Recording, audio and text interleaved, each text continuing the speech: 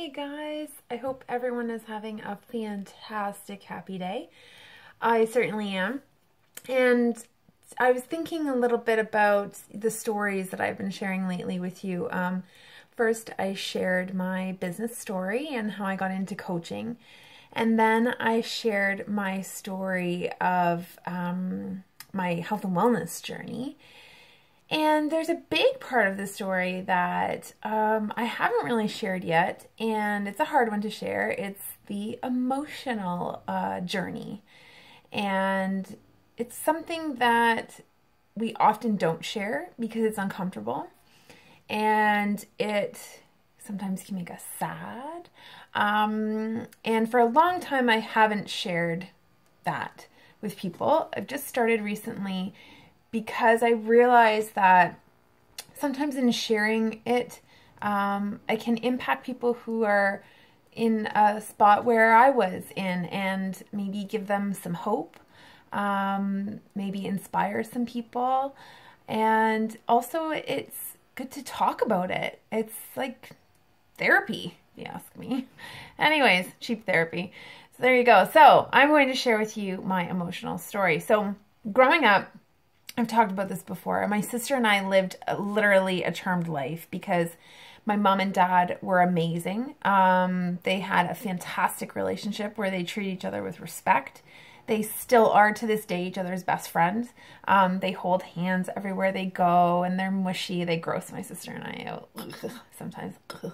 Anyways, but they're amazing. And they always told us that we could do anything we wanted, anything we put our mind to, we could achieve. And we believed it. Both my sister and I did. And to this day, my sister is a super strong and independent woman, and I was too.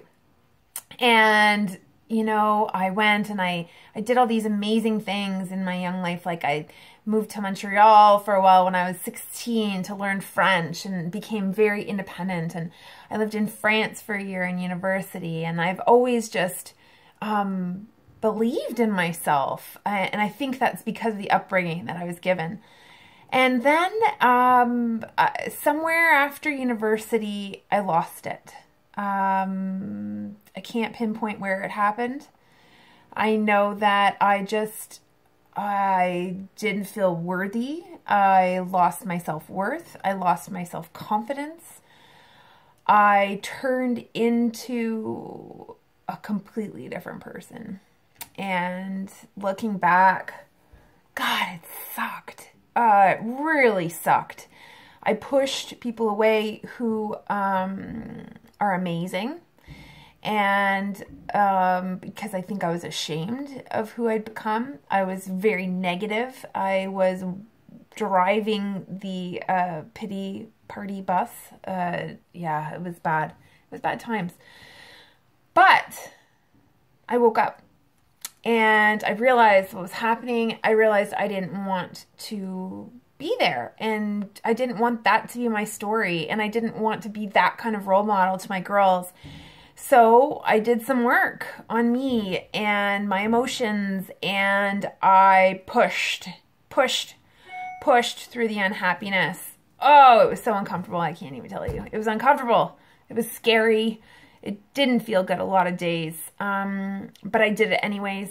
And now I have kind of crawled out of that hole that I got myself into. And now I'm happy again. And I believe in me. And I'm proud of who I am. I know that my girls are going to look to me and see a strong, independent person who is loving and cares about others. And who, you know, tells them every single day they can be anything they want to be. Just like my mom and dad did for me. I'm doing that for my girls. And I have self-confidence. I have self-worth. And that doesn't come from being a size 2. Okay? It does not come from being a size 2. It does not come from having a super successful business and having money. What that comes from is within, and realizing that what you have to contribute to the world is worthwhile. What I have to contribute is worthwhile. I can help people. I can love people. I can let people know that they're worthwhile, and I can be their person.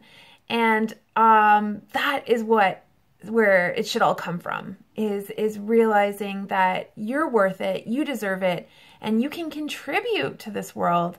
And that is huge. So that's my emotional growth story, and I am still on this journey. I know that I have so much more growing to do, and I'm excited to keep growing and becoming a better person and helping more people and contributing more to this world and to the people around. I'm excited to watch my girls grow up and come into their own, and watch them as their self-confidence grows. My older one, she has so much self-confidence. Like, she's only 8, and one day, a couple weeks ago, I took them to the park, and there were a whole bunch of big boys playing on the playground. They were like probably 12 and 13, big to an 8-year-old and a 6-year-old.